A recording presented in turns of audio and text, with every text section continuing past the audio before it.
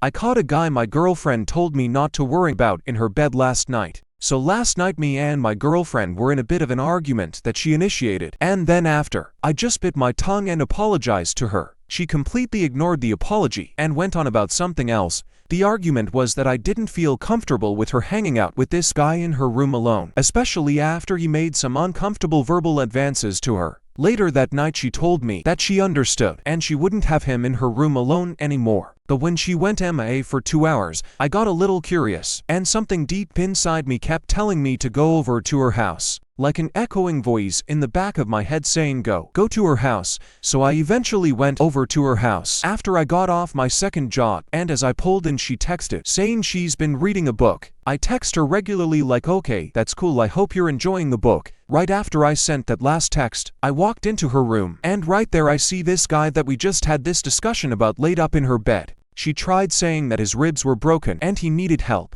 but she's not a nurse nor a doctor, so I'm like, what the f?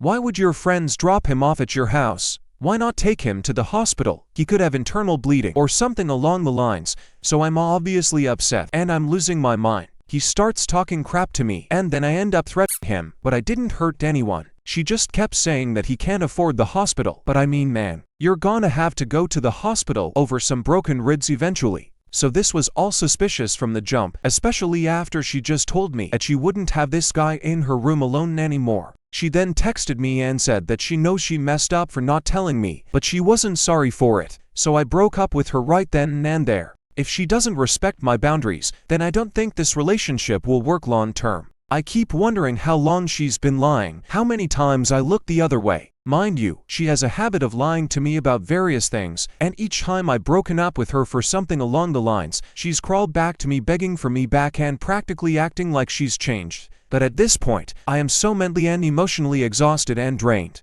I don't even want to eat or work. I have only been eating once a day for the last month because of the deep depression that she's caused me. I have to be strong. I have to move on. But right now, every second drags. How do I move on and heal from this crap?